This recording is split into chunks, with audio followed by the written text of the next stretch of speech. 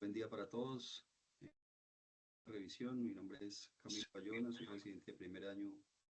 de neurociencias en la Universidad de Antioquia. Vamos a revisar el día de hoy embolia pulmonar, hablando específicamente del diagnóstico de su Santiago Quintero, aquí.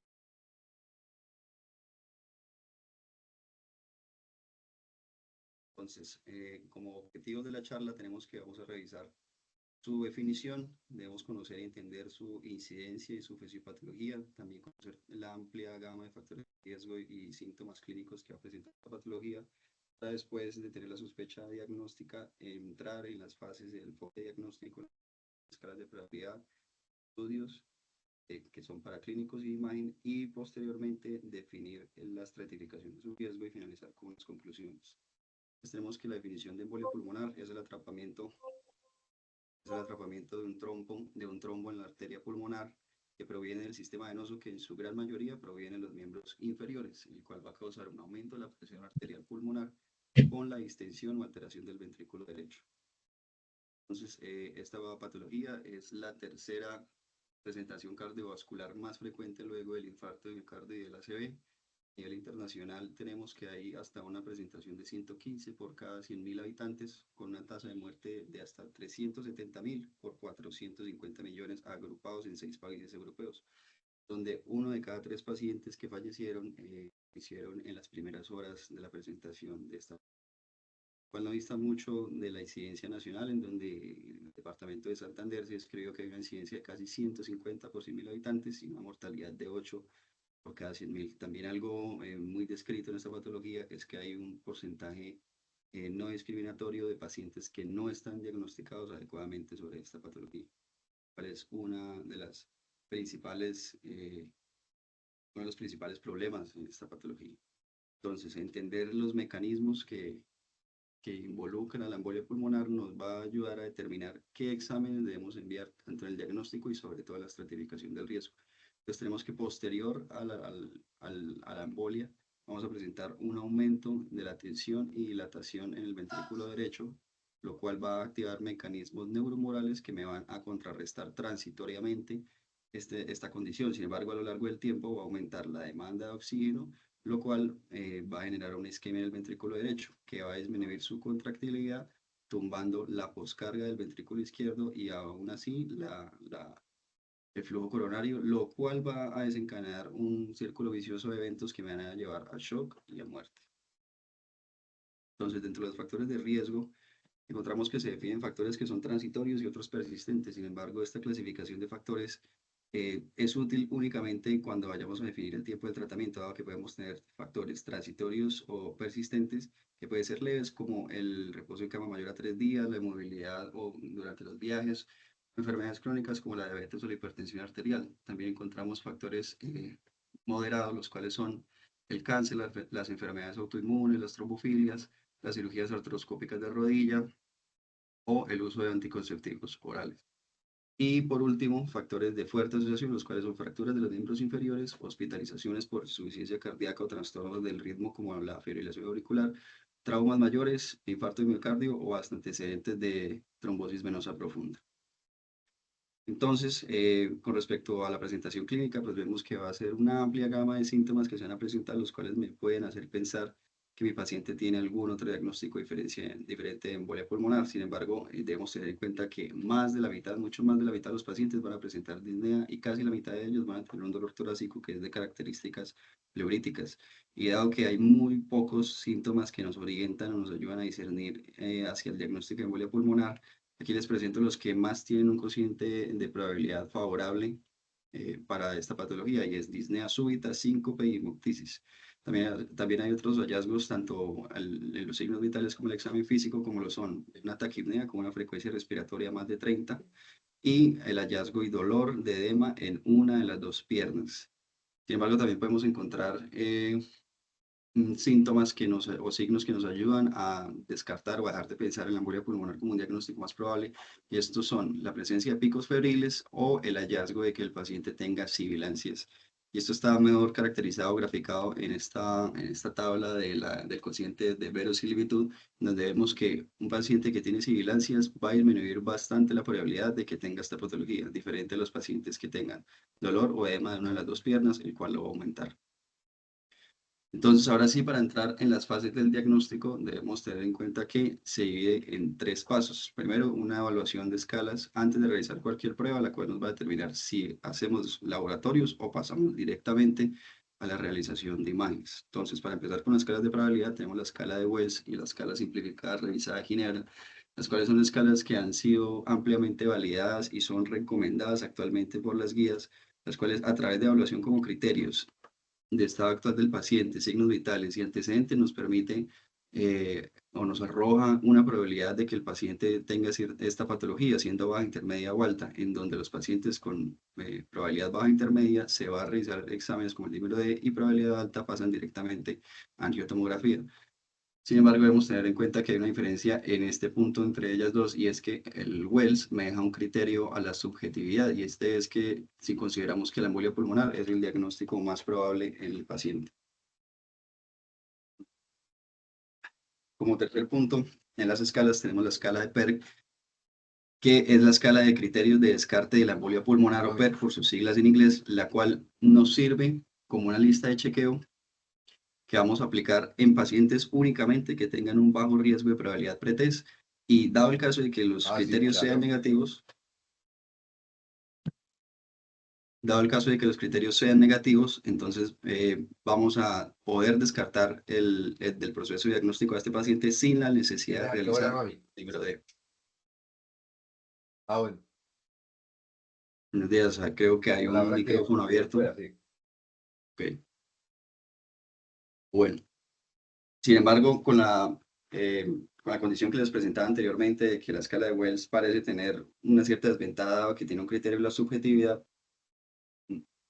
pues entonces en este estudio la, se comparó la capacidad diagnóstica y exclusión de la escala de Wells y la revisada de Ginebra, y además se incluyó o se estudió la capacidad de descarte de la escala de PERC, encontrando que determinan los resultados de dos maneras, en donde los pacientes tenían una o era improbable la embolia pulmonar, los cuales esta clasificación era dada por un bajo riesgo pretest, y los pacientes en los que la embolia pulmonar era probable, en los que fueron incluidos pacientes con riesgo intermedio o alto. Entonces encontramos que en los pacientes con TEP improbable, la escala de PERC tuvo un buen rendimiento para diagnosticar esta patología.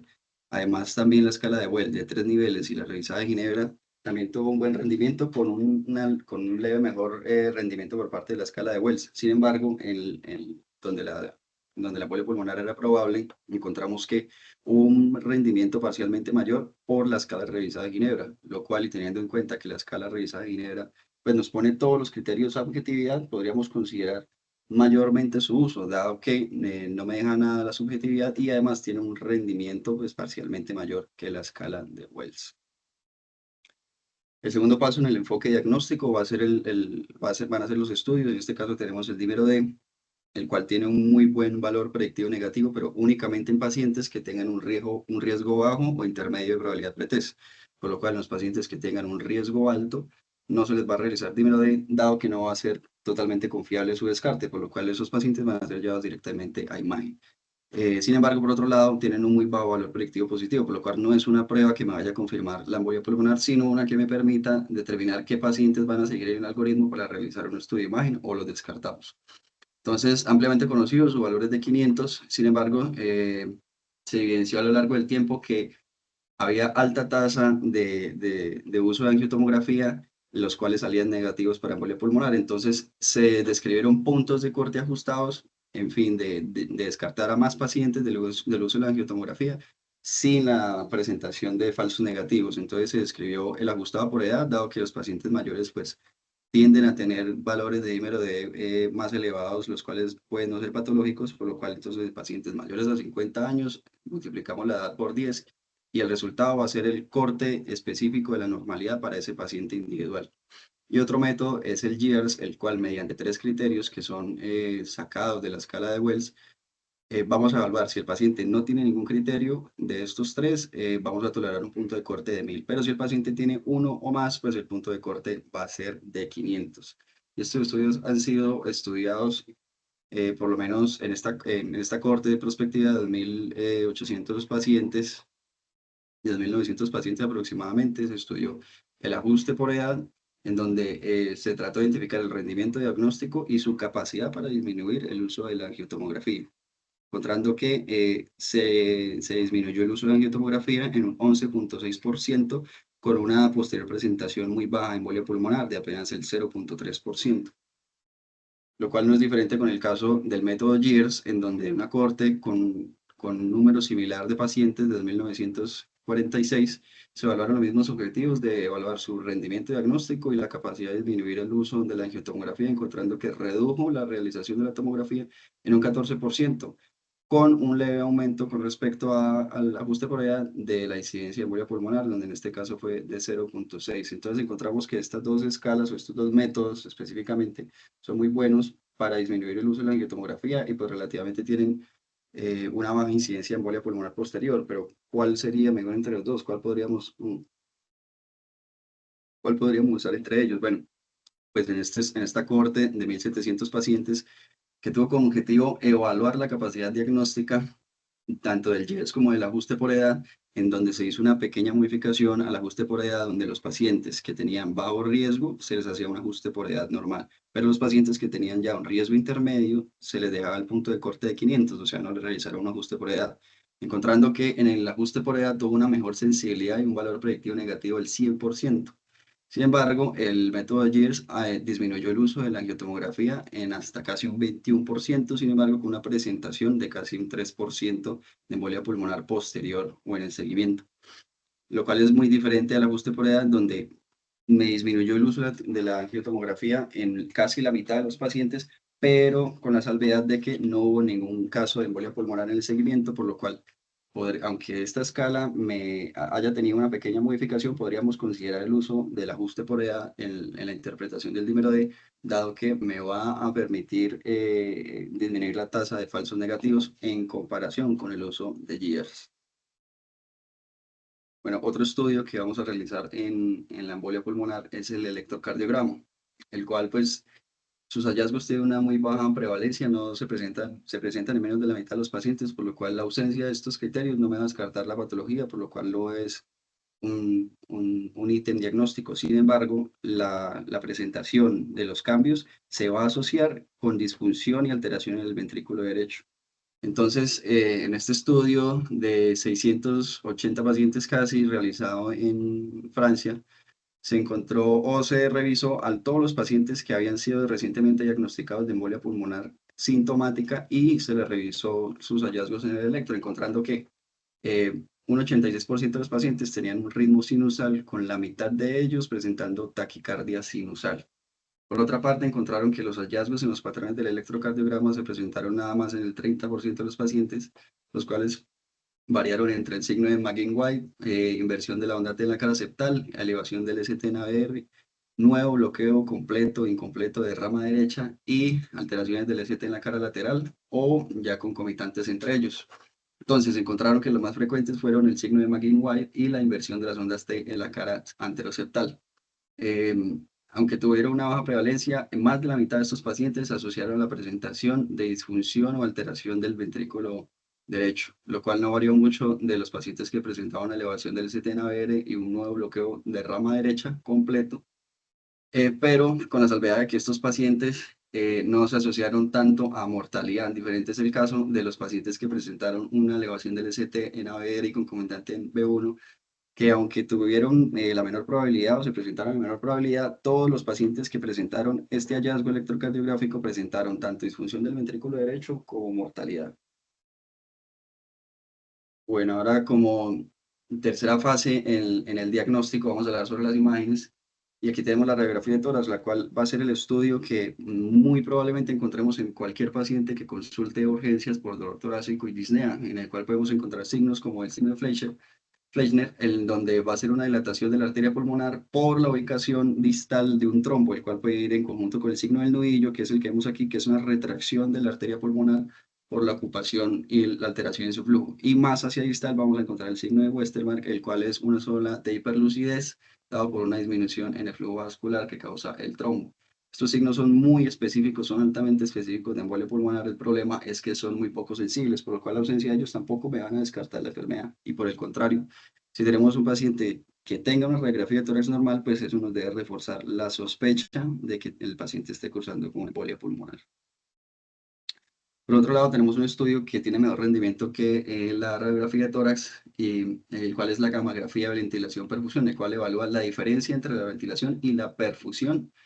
en el pulmón. Entonces, aquí vemos áreas que no están adecuadamente perfundidas, lo cual me puede dar el diagnóstico de embolia pulmonar. Además, tiene una menor radiación y requiere menos contraste a comparación de las tomografías,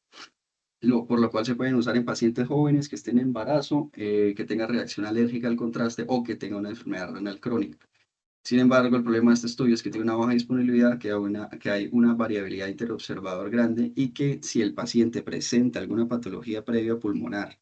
o tiene una radiografía de tórax anormal, pues esto me va a alterar o me va a sesgar el resultado de la gammagrafía, por lo cual me va a aumentar la tasa de resultados inconclusos. Además, por otra parte, este examen, si es negativo para embolia pulmonar, no me va a determinar algún diagnóstico diferencial. Diferente es el caso entonces de la angiotomografía de tórax, la cual es el gold estándar en la actualidad, dado porque tiene una buena sensibilidad y una alta especificidad, un buen valor predictivo positivo y una baja tasa de resultados inconclusos, donde si el diagnóstico es negativo para embolia pulmonar, de todas maneras me permite ver todo el parénquima pulmonar para evaluar diagnósticos diferenciales. Entonces, también podemos observar signos de embolia aguda versus la crónica. Y estas tres imágenes nos muestran signos de embolia aguda y es la ocupación, una hipodensidad rodeada de un halo hiperdenso, lo cual es la ocupación del trombo con el contraste alrededor. Otro signo es el signo del ferrocarril, en el cual hay una dilatación anterior al efecto de llenado, una dilatación anterior de la arteria pulmonar. Y por otra parte, también podemos observar la embolia en silla de montar, los cuales son signos característicos de embolia aguda, los cuales se diferencian muy bien de la embolia crónica, en donde los trombos no van a estar en la luz del vaso, en la mitad de la luz del vaso, sino que van a estar adheridos a algún lado de la pared. Y por otra parte, no van a tener un ensanchamiento de la arteria, sino que por el contrario, van a estar normales o hasta retraídas. Bueno, entonces ya revisando esta parte, podemos adentrarnos en el algoritmo diagnóstico de esta patología, en donde si tenemos un paciente que esté hemodinámicamente estable y con sospecha de embolia pulmonar, debemos asesorarnos sobre la probabilidad pretest que tenga este paciente. Entonces, si da una probabilidad pretest alta, como les había mencionado antes, estos pacientes se van directamente al estudio de imagen. Diferente el caso de los pacientes que tengan una probabilidad baja o intermedia, en donde debo realizarles un dímero D, con la salvedad de que en los pacientes que tengan una probabilidad baja pretest, puedo realizarles una escala de descarte antes o para no realizarles un dímero del cual es la PERC, que si todos los criterios salían negativos, podemos descartarlo del algoritmo directamente, pero si tiene al menos un criterio positivo, debemos realizarle entonces el dímero D, el cual si es positivo, me va a determinar qué pacientes pues me voy a llevar a imagen, en donde si realizo el diagnóstico, posteriormente debo clasificar a estos pacientes en función del riesgo de que se compliquen o tengan una mortalidad a corto plazo, lo cual me va a permitir tener o administrarles un tratamiento dirigido para disminuir esta tasa de complicación y también definir en dónde voy a manejar estos pacientes. Entonces, ¿cómo lo hacemos en embolia pulmonar? Bueno, pues en embolia pulmonar lo hacemos de la manera similar de las tres fases que en el diagnóstico. Lo hacemos primero asesorándonos con una escala de severidad que va en conjunto con laboratorios que en este caso son biomarcadores y por último con las imágenes. Entonces, con respecto a la escala de severidad, tenemos la escala de índice de severidad de embolia pulmonar, o PESI por sus siglas en inglés, la cual mediante criterios como la edad, el sexo, condición actual del paciente y comorbilidades, me va a determinar el paciente en 5 clases, siendo la clase 1 y 2 las de muy bajo riesgo de mortalidad, pero siendo las clases 3, 4 y 5 las de riesgo intermedio, alto y muy alto riesgo de mortalidad, alcanzando desde un 7% de mortalidad hasta un 25% casi de mortalidad en estos pacientes. Por lo cual la clase 3 a las 5 van a ser las de cuidado o las de alto riesgo. Pero entonces a través del tiempo se determinó que hay factores que evalúa esta escala original de PESI, los cuales no están realmente asociados a mortalidad o a complicación a corto plazo en la embolia pulmonar, por lo cual se eliminó el sexo, la frecuencia respiratoria mayor a 30,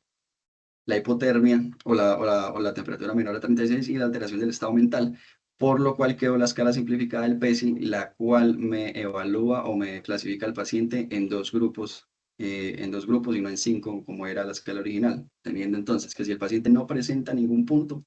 pues va a tener un riesgo de mortalidad muy bajo a 30 días, siendo del 1%. Sin embargo, si el paciente presenta al menos un punto, ya este paciente es de cuidado de alto riesgo, dado que, o de cuidado, pues de vigilancia, porque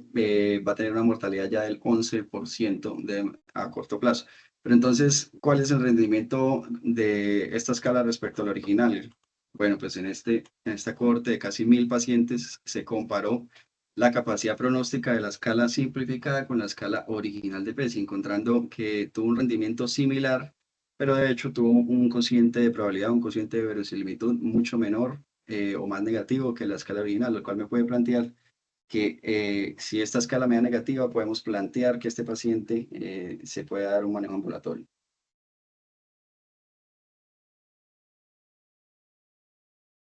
Bueno, como segunda parte en la fase de la estratificación del riesgo, tenemos el biomarcador de lesión, el cual es la troponina convencional, la cual en este metaanálisis de casi 2000 pacientes se evaluó si los niveles elevados de este biomarcador se asociaban a complicaciones y mortalidad a corto plazo, encontrando entonces que en pacientes que tenían troponina positiva, los cuales fueron 618, 122 fallecieron, lo equivalente a un 19%. Diferente el caso de 1.360 pacientes que tenían troponina negativa, en donde 51 fallecieron, siendo equivalente al casi 4%. Encontrando entonces como resultado que la troponina se asoció, sí, la troponina convencional elevada o positiva se asoció 5 veces más a complicaciones y a mortalidad a corto plazo en pacientes con embolia pulmonar. Sin embargo, pues aquí nos podemos plantear una pregunta o un problema, y es que en la actualidad con los nuevos algoritmos del infarto agudo del miocardio, pues se ha usado mucho más la troponina ultrasensible que la troponina convencional. Entonces, ¿cuál es el rendimiento entonces de la troponina ultrasensible versus la convencional? Entonces, en este análisis post-hoc de 834 pacientes que evaluó la capacidad de las dos, evaluó y comparó la capacidad de las dos, se encontró que la troponina de alta sensibilidad claramente dio más veces positivo que la troponina convencional, y por lo tanto me desclasificó a más pacientes de bajo riesgo y los reclasificó en riesgo intermedio, siendo predominante el riesgo intermedio bajo. Sin embargo, la troponina de alta sensibilidad no se asoció a la presentación de más eventos de mortalidad o complicación a corto plazo, por lo cual no tuvo un buen resultado de asociación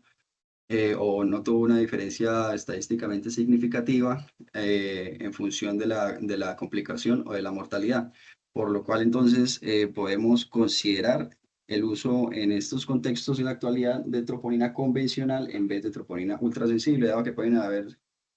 falta estudios de pronto con puntos de corte más ajustados de la troponina ultrasensible en el contexto de embolia pulmonar, que me puedan determinar si hay una relación o no, dado que el uso actualmente de la troponina ultrasensible pues, me puede generar mayores costos y mayores tiempos de hospitalización a pacientes que pues, probablemente no lo requieran porque no se van a complicar. Como otro paraclínico tenemos el biomarcador de distensión ventricular derecha, el cual es ampliamente conocido como el péptido natriurético atrial, en el cual tenemos el BNP o la fracción inactiva N-terminal pro-BNP, los cuales se han estudiado puntos de corte de 100 y 600 respectivamente, encontrando que ellos dos se han asociado fuertemente también a mortalidad y a complicación a corto plazo en embolia pulmonar, siendo o teniendo un mayor resultado, o una mayor asociación el ProBNP, por lo cual podríamos considerar mayormente su uso sobre el BNP en estos casos. Y como última parte, entonces, en la estratificación o en las fases de la estratificación de riesgo de los pacientes, tenemos las imágenes. Entonces, la angiotomografía de tórax, que es el gol estándar, que no solo nos va a servir para dar un diagnóstico, también nos puede evaluar eh, el tamaño del ventrículo derecho y compararlo con el ventrículo izquierdo, y además evaluar el reflujo de contraste en la vena cava inferior, encontrando que todos estos criterios se asociaron a mortalidad a complicación a corto plazo, pero hubo una mayor predilección, una mayor asociación del criterio de la diferencia de diámetro del ventrículo derecho al ventrículo izquierdo con un punto de corte de 1, con un OR de 5, y la diferencia del volumen del ventrículo derecho al ventrículo izquierdo con un punto de corte de 1.2. Y por último paso tenemos la ecocardiografía, el cual pues es más ampliamente utilizado en estos contextos para evaluar la función y las características del ventrículo derecho. Sin embargo, este examen no se lo realiza a todos los pacientes.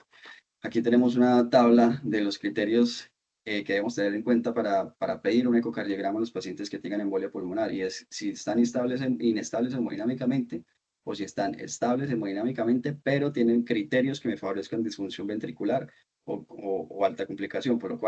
cual son un PESI positivo,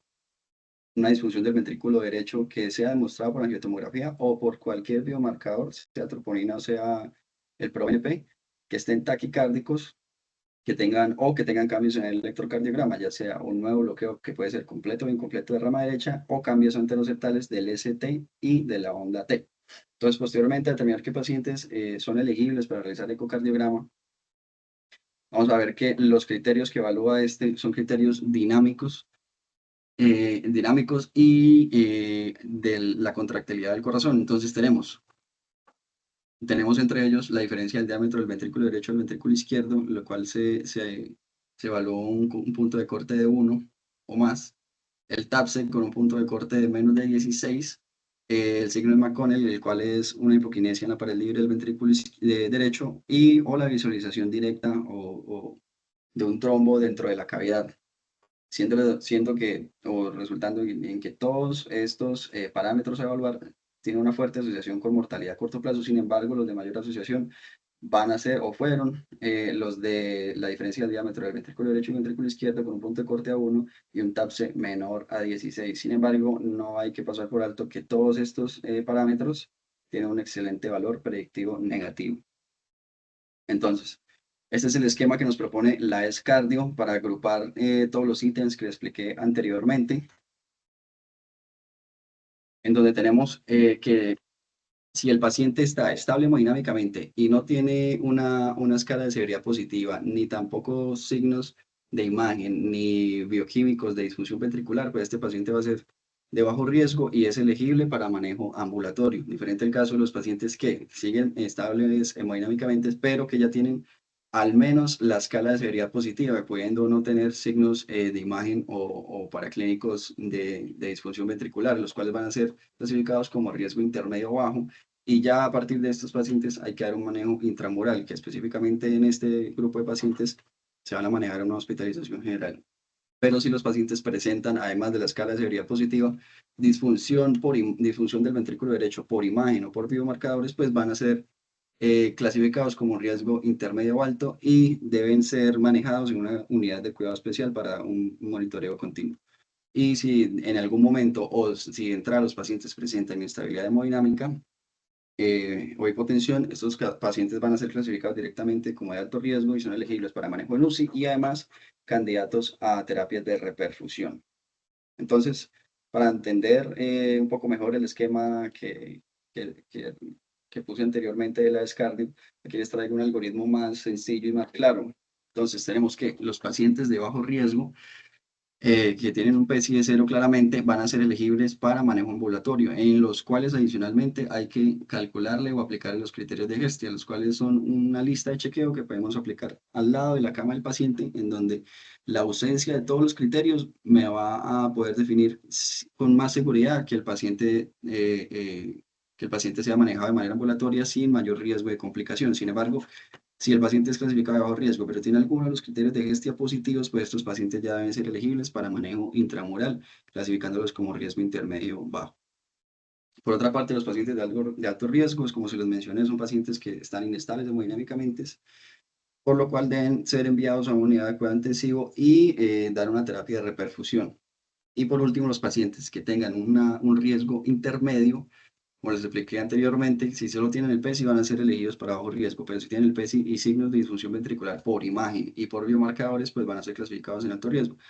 Y este es un resumen grande pues, del esquema de las cardio. Sin embargo, en el 2014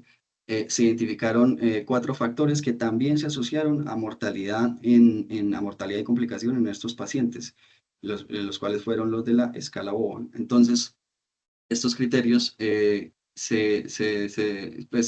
crearon en esta ocasión y se derivaron y se derivaron en esta ocasión encontrando que por medio de la taquicardia, la hipotensión leve, la disfunción del ventrículo derecho por ecocardiograma o tomografía y la elevación de troponina me va a arrojar tres clases según el riesgo de los pacientes, encontrando que la clase 3 va a ser va a tener hasta un riesgo de complicación del 42%. Entonces, a partir de allí, se validó esta escala en el 2018 en esta cohorte de 640 pacientes aproximadamente, donde se buscó validar verdaderamente la estratificación o la capacidad pronóstica de esta escala en los pacientes que estaban hemodinámicamente estables y tenían embolia pulmonar. Encontrando entonces que los pacientes clasificados en la clase 3 eran los que ampliamente se asociaban a una complicación a corto plazo, con un cociente de verosimilitud de casi 5 puntos. Por lo cual, entonces, cualquier paciente, o sea, independientemente de la clasificación que le hayamos dado anteriormente, cualquier paciente que esté estable hemodinámicamente y que tenga embolia pulmonar pues le practicamos esta escala, si queda en la clase 3, pues inmediatamente este paciente, independientemente de la clasificación que haya tenido antes, debemos clasificarlo como un paciente de riesgo intermedio o alto y por ende manejarlo en una unidad de cuidado especial con un monitoreo continuo, dado que tiene un riesgo aumentado de presentar una complicación. Otra escala diferente a la presentada en el BOA y diferente de la escala de la Descardi es esta escala que también se derivó en el 2014, en la cual se identificaron otros predictores de complicación, los cuales son la misma escala del PESI, biomarcadores tanto de lesión como de extensión ventricular y la presencia de concomitante de trombosis venosa profunda. Esta escala se derivó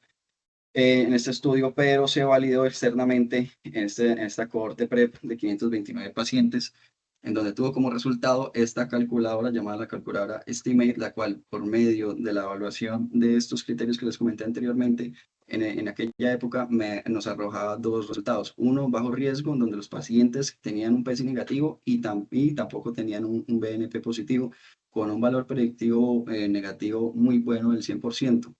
Y pacientes de alto riesgo en los cuales los cuatro criterios eran positivos,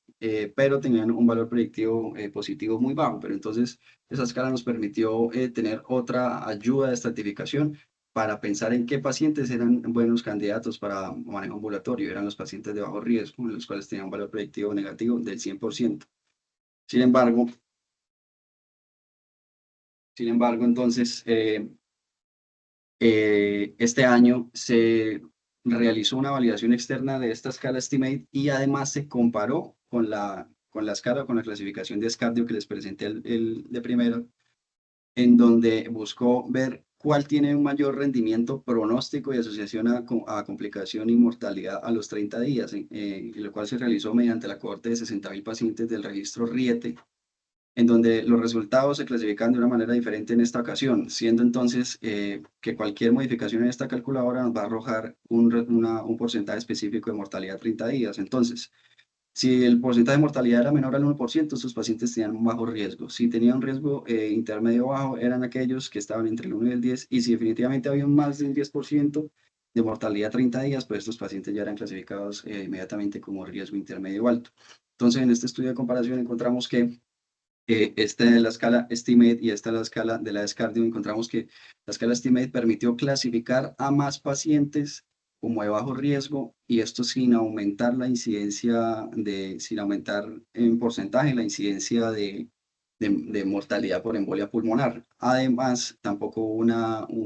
una menor incidencia de mortalidad por embolia pulmonar hasta en el grupo intermedio bajo y además me permitió reclasificar a más pacientes en grupos de riesgo intermedio o alto, que son los que se manejan en unidades de cuidados especiales, aumentando también el número de casos de pacientes que presentaron mortalidad diferente de la descarga. Entonces, los resultados de este estudio comparador fue que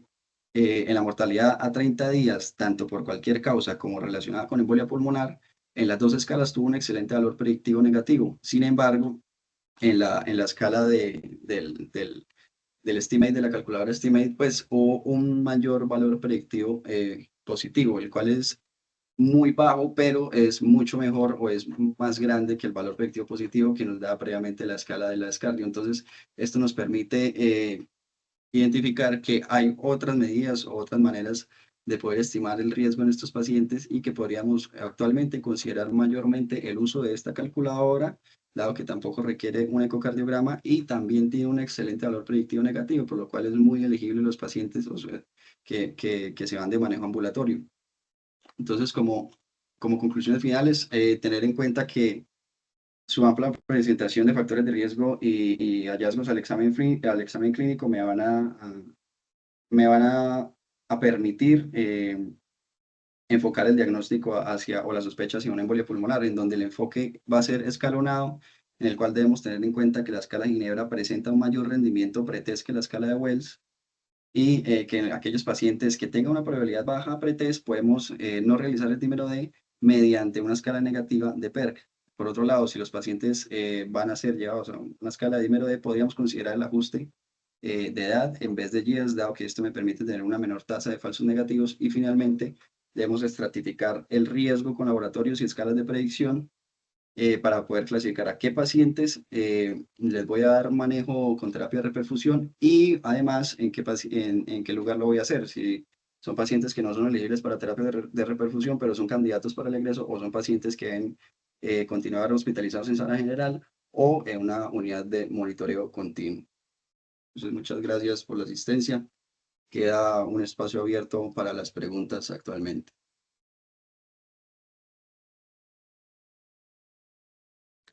Bueno, no, perfecto. Buenos días para todos. Mi nombre es Santiago, yo soy urgentólogo del programa y trabajo actualmente en el Hospital Palotón y tuve pues el honor de asesorar a Camilo.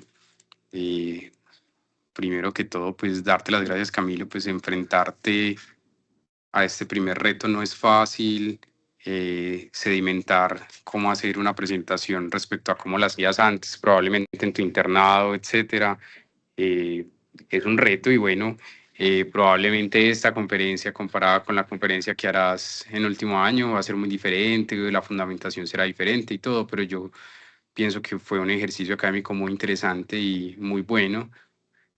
sobre todo teniendo presente que para hablar del tema hay muchas cosas por hablar. Y precisamente para eso, pues vamos a abrir el micrófono para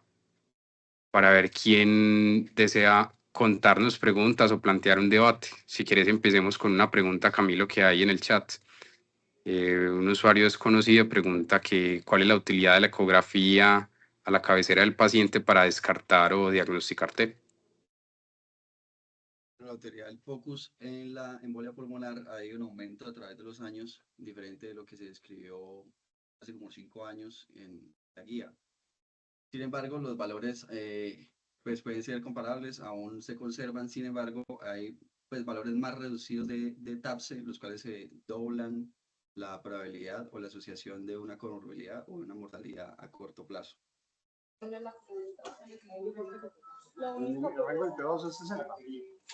Del PO2.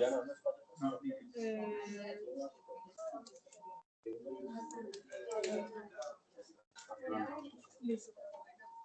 Y en la parte del tiempo,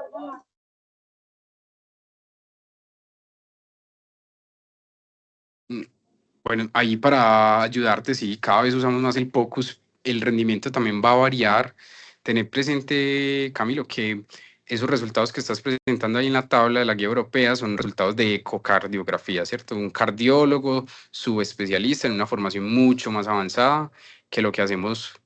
a la cabecera del paciente, que algunos lo llaman ecocardioscopia también. Pero eso también tiene estudios, incluso tiene estudios de cuál es el rendimiento cuando se combina una estrategia del Wells dímero D más sin agregando o no el POCUS, y mejora más o menos 10 puntos la sensibilidad y la especificidad de encontrar los hallazgos del POCUS. En la literatura directamente de POCUS va a depender si es un paciente crítico, inestable o si es un paciente estable. En la literatura de los pacientes inestables, la sensibilidad, ya que el doctor pregunta para descartar, la sensibilidad puede ser cercana al 90%. Quiere decir que en ese paciente chocado, crítico, que yo muchas veces tomo decisiones de anticoagulación plena, reperfusión a la cabecera del paciente, porque no va a aguantar hemodinámicamente para ser llevado a un angiotac, ahí el rendimiento puede ser cercano hasta el 90%. A diferencia del paciente estable hemodinámicamente, quiere decir los que metemos en el grupo de bajo riesgo intermedio, donde la sensibilidad es cercana al 50%. quiere decir que es casi como tirar una moneda para arriba y esperar para qué lado cae, ¿cierto? Tiene la mano levantada el doctor José Aguirre, bienvenido. Hola, buenos días. ¿Qué más, Santi? Camilo, muchas gracias por la presentación. No, Santi, la había levantado antes de que hicieras como la aclaración que mencionaba Camilo sobre que los datos que él describe ahí en la parte de ecocardiograma son pues ya hechos por un cardiólogo. Pero bueno, aprovechando, yo pienso que con esta información que nos ofrece Camilo,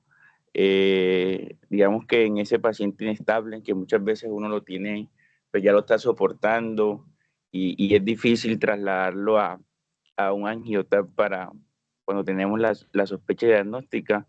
si tenemos a la mano quien nos ayude, pues apoyarnos en el foco, y si tenemos a la mano quien nos ayude, un cardiólogo que nos haga el cardiograma ahí en el servicio de urgencia lo más rápido posible. Miren que el valor predictivo negativo nos va a ayudar a tomar decisiones rápidamente en el paciente. Y había levantado la mano Santi para hacer como esa aclaración que tú mencionas sobre el rendimiento pues, del focus en ese paciente emergente. Entonces, sí, pues, va a depender mucho de diferentes factores, entre eso el entrenamiento que tenga el operador, ¿verdad? De la ventana, pues, también de la parte de la estabilidad del paciente. Sin embargo, pues va a ser una ayuda que si la tenemos en el momento, un paciente crítico que no tenemos la forma de hacer el ecocardiograma, no tenemos al especialista que nos lo haga, y sea difícil llevar al paciente al tomógrafo y la sospecha es alta, pues a apoyarnos en el focus, en la ecografía de la cabecera del paciente para la toma de decisiones. Me parece también que fue un buen ejercicio, Camilo. Como dice Santiago, pues a medida que avance la residencia cada vez se hace mejor y con más seguridad, pero la revisión fue muy buena, y también desde la parte de la forma me gustó mucho. Muchas gracias. José, muchas gracias, hermano. Muy valioso tu comentario. Muy de acuerdo que también va según la experiencia, ¿cierto? No es lo mismo alguien que a la cabecera del paciente pueda hacer un signo de 60-60 versus alguien que no, ¿cierto? Probablemente su rendimiento sea diferente. El doctor Julián Vargas.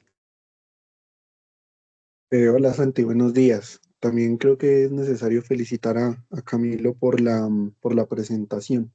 Realmente lo único que quería llegar y preguntarle a Camilo es, si bien sabemos que obviamente hay muchas escalas, muchos medidas de llegar y precisamente estimar este riesgo, dentro de la revisión que él llegó y revisó, ¿cuál de pronto nos podría llegar y recomendar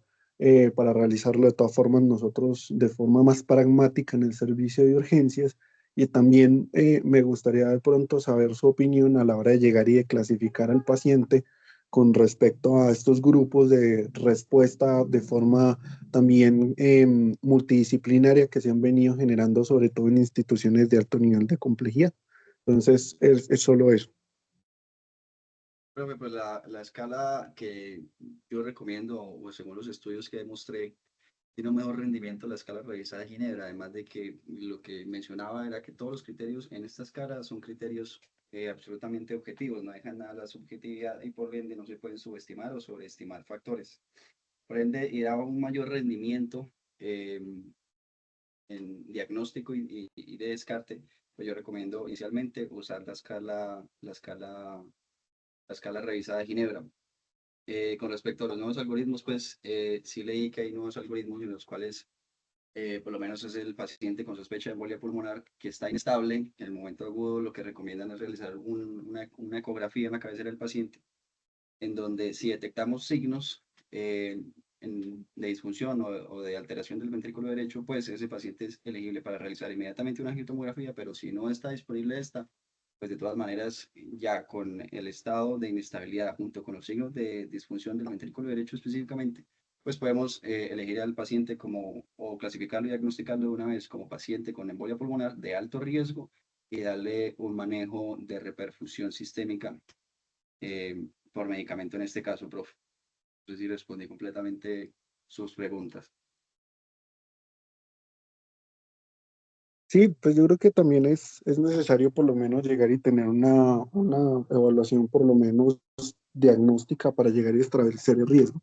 Por lo menos creo que dentro del punto de vista pragmático, esa última clasificación que mostraste de la guía europea de cardiología posiblemente también llega a ser útil. Y yo creo que también dentro de los grupos multidisciplinarios que se han venido desarrollando es precisamente tratar de por lo menos seleccionar estos pacientes de riesgo intermedio alto para ver si de todas formas cumplen con ciertos criterios, principalmente aquellos pacientes que se encuentran con esto, como definirlo como choque oculto, que sería que tienen la presión arterial sistólica conservada, pero que ya tienen signos de disfunción ventricular, ya sea por marcadores, llámese troponina BNP, y adicionalmente a marcadores por ecocardiografía que también muestran alteraciones de la función del ventrículo derecho, y llevarlos incluso a terapias endovasculares que han mostrado de todas formas resultados favorables en evidencia más reciente, pero que si bien no es tan sólida, principalmente durante las primeras 48 horas para restablecer esa función del ventrículo derecho. Camilo, nuevamente agradecerte, creo que eventualmente es una charla que resulta siendo un poco ladrilluda, llena de todas formas de muchas clasificaciones, pero estoy seguro que a medida que pues vayas pasando el tiempo, te vas a dar cuenta que le vas agarrando el hilo y bueno, muchas gracias. No, profe, muchas gracias por sus comentarios y recomendaciones. ¿Hay alguna otra pregunta? Bueno, ahí para cerrar como ese comentario de la pregunta del doctor Vargas, antes de darle la palabra al doctor Vallejo, yo difiero un poco en la conclusión de Camilo, pero me parece muy acertado cómo lo fundamenta de usar el ginebra, ¿cierto? Probablemente de pronto para personal menos entrenado, con menos exposición a este tipo de pacientes, usar el ginebra pues puede orientarlos un poco más porque ese criterio que tiene el Wells que lo deja a la ideología médica puede ponerlo como a tambalear un poco, así sí ponerle esos 3 puntos o no ponérselos. Pero voy a justificar por qué preferiría el Wells. Y voy a hacer un ejercicio, por ejemplo, cada uno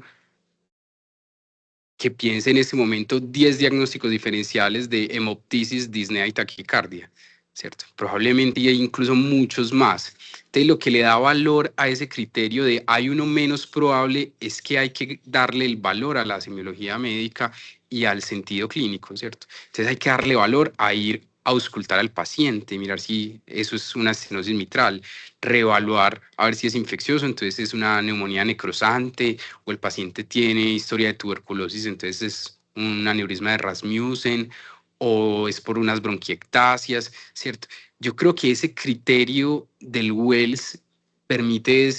recalcar eso, vení, hay que revisar completamente al paciente, porque si te pones a mirar, ponete a mirar, a tener en la cabeza cada uno los criterios de Ginebra.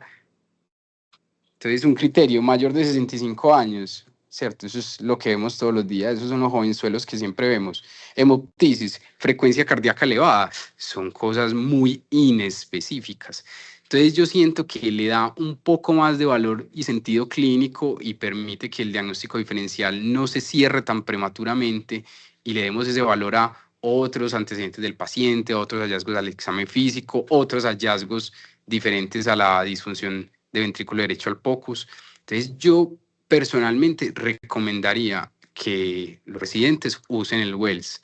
por ese valor clínico. Ahora sí le voy a dar la palabra al doctor Bocanumen, o no sé si alguien pues quiere también controvertir ese argumento, bienvenido. Bueno, muy buenos días para todos y todas. Primero, pues, agradecer a el doctor Andrés Camilo por la presentación. Yo creo que también fue una presentación muy llena de contenido y rica en elementos para poder, digamos, hacer una discusión y llevarnos también algunos puntos de práctica clínica para la casa y obviamente extender el agradecimiento al doctor y profesor Santiago Quintero, que pues, de su tiempo pues saca para poder realizar estas asesorías. Entonces, primero eso. Segundo, me voy a centrar en una cosita muy precisa, y es que mucho de lo que muestras, Andrés Camilo, en relación con los estudios para ciertas escalas, pues digamos que están basados en estudios diagnósticos o digamos con un propósito diagnóstico y con un propósito pronóstico, específicamente para aquellos, digamos, que tienen un carácter más de orden pronóstico, pues mencionas en varios momentos la razón de verosimilitud o el LR pronóstico. Entonces quisiera que me hablaras un poquito en relación de cómo podemos interpretar estos LR,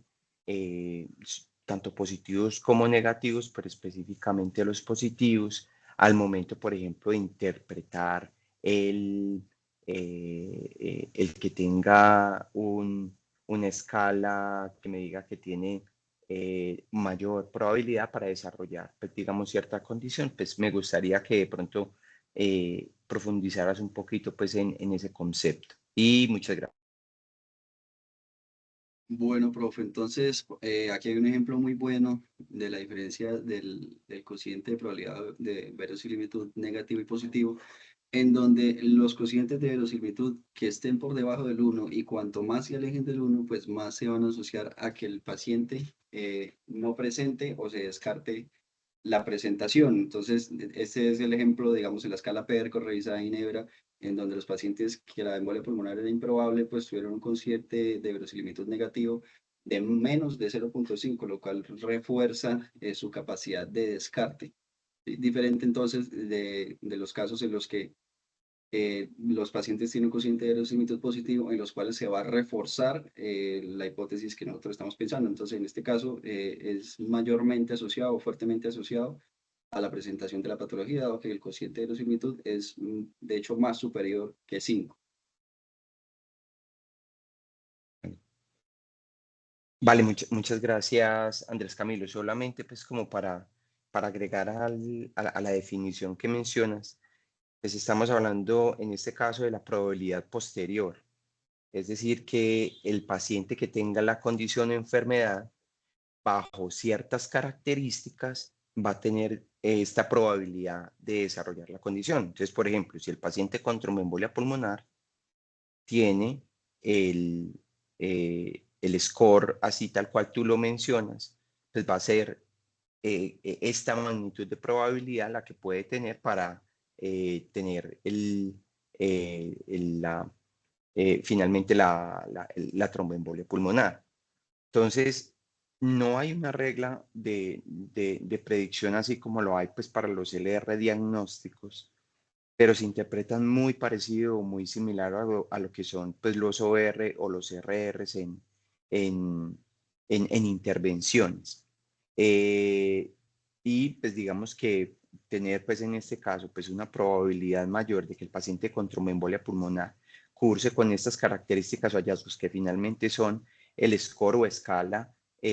positiva, pues digamos que eso apoya mucho más el hecho de que yo pueda realizar cierta intervención, cierto diagnóstico, o decirle al paciente que a 30 días, 15 días o 20 días. Y este último comentario lo hago porque eso implica también en relación con pronóstico un tiempo, es decir, un seguimiento que yo realicé para yo decir durante este periodo de tiempo que el paciente fue seguido, desarrolló estas características en relación con la escala y finalmente pues el desenlace que estoy buscando, por ejemplo, en mortalidad en tromboembolia pulmonar.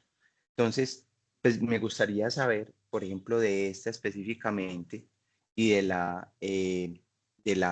PESI que tú me mencionaste posteriormente para establecer el riesgo de desarrollo de complicaciones, cuál fue el tiempo de seguimiento que realizaron a los pacientes en las cohortes para poder validar las escalas. Y ya con eso finalizo. Nuevamente, muchas gracias. Bueno, profe, con respecto a la validación de todas las escalas, siempre se definió un corto plazo como una mortalidad a 30 días. El único estudio en el cual hubo un plazo más extendido fue en la escala de calculadora Estimate, donde también se estimó un riesgo de mortalidad hasta los 90 días. Pero en la mayoría de las escalas o en el resto de las escalas, todas estas evaluaron un corto plazo definido por mortalidad o probabilidad de complicación a 30 días. Todos los estudios se basaron, fue a 30 días, profe. Bueno, y ahí, Muchas gracias, muchas gracias.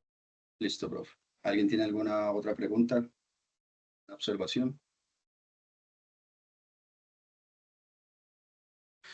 Bueno, a mí me gustaría pues terminar con algo, Camilo, pues este tema pues del diagnóstico es un tema muy sedimentado. Esta última revisión de JAMA me parece que hace un compendio muy bueno de que finalmente cómo guiarse en el algorítmicamente como para tomar la decisión de si hacer o no un angiotac y cómo llegar al diagnóstico de TEP, pero estratificar el riesgo aún es una tarea pendiente. Es una tarea pendiente porque tal vez los extremos son muy fáciles, ¿cierto? El de bajo riesgo es muy fácil, como, bueno, apixaban para la casa, o el de alto riesgo, venga, UCI, heparina no fraccionada, una terapia de reperfusión. Pero la zona gris es la que siempre nos pone a tambalear en los escenarios clínicos. Y esos pacientes de riesgo intermedio alto, lo que está tratando de sedimentar la literatura es cómo, no cómo definir que el paciente se deteriora hemodinámicamente y pasa a ser de alto riesgo, que incluso si ustedes revisan la guía europea, eso no está definido en ningún lugar, ese criterio de deterioro hemodinámico que pasa de un intermedio alto a un alto riesgo. Algunos autores proponen que usar la escala News, pero entonces ahí la pregunta que surge es, ¿será que lo que hay que hacer es esperar que el paciente se deteriore o hay que anticiparse al deterioro del paciente y ofrecerle una terapia de reperfusión? Entonces, esa parte que la guía deja muy abierta, creo que hay muchas propuestas que han nacido desde el 2019 para acá para tratar de determinar, venga, este paciente es de intermedio alto, yo no tengo cómo justificarle una recomendación 2A para trombolisis, por ejemplo, pero no, este paciente si no mejora con anticoagulación en 12, 24 horas, hay que meterlo a intervencionismo. Entonces hay algunos criterios que ahí presentaste, como el uso del BOA cuando tiene más de 4 puntos, un lactato mayor de 3,3, un índice de choque mayor de 1, ¿cierto? Eso me parece muy importante y va a puntualizarlo con este dato. La tasa de mortalidad actual de los pacientes riesgo intermedio alto con TEP es más alta que los pacientes con infarto con elevación del ST, ¿cierto? Un 7,5% versus un 6%. Entonces, aún el TEP y sobre todo en esa franja gris sigue siendo como una enfermedad como huérfana o como que mucha gente como que trata de meter la mano, pero nadie se apropia de eso. E incluso por eso es que, como lo recomienda la guía, deberíamos tener grupos de PERT o grupos expertos en embolia pulmonar, así como existe un código infarto, tener un código TEP en los hospitales y en donde nosotros, como dice la guía, somos miembros deberíamos ser miembros de ese grupo. Entonces, ahí les dejo pues como esa ventana abierta de que aún no sabemos muy bien cómo seleccionar ese paciente de riesgo intermedio alto, porque tal vez nos echamos pues el costal al hombro diciendo que es que el peito o el moped no demostraron que trombolisis, por ejemplo, en esos pacientes mejorara los desenlaces, pero yo creo que el problema es que no seleccionamos bien al paciente. Entonces, bueno, no sé si alguien tiene alguna otra pregunta, comentario.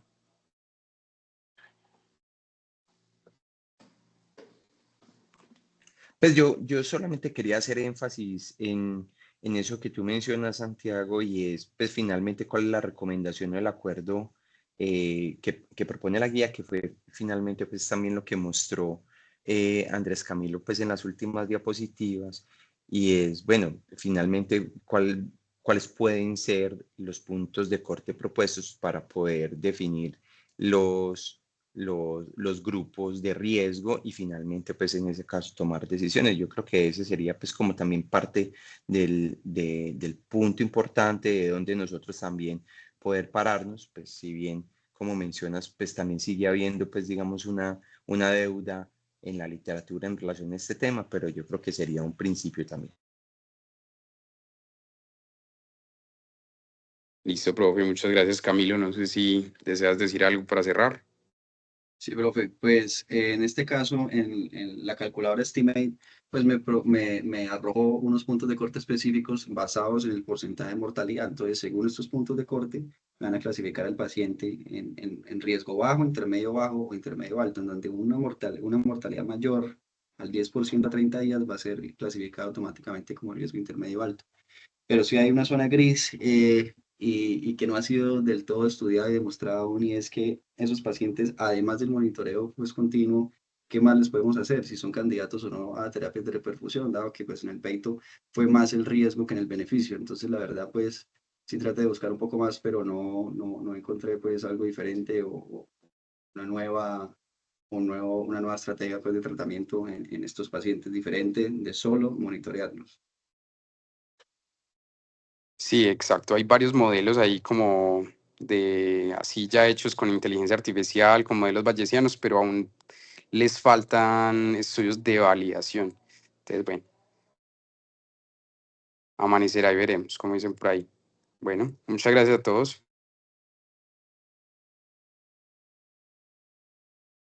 Gracias, feliz día.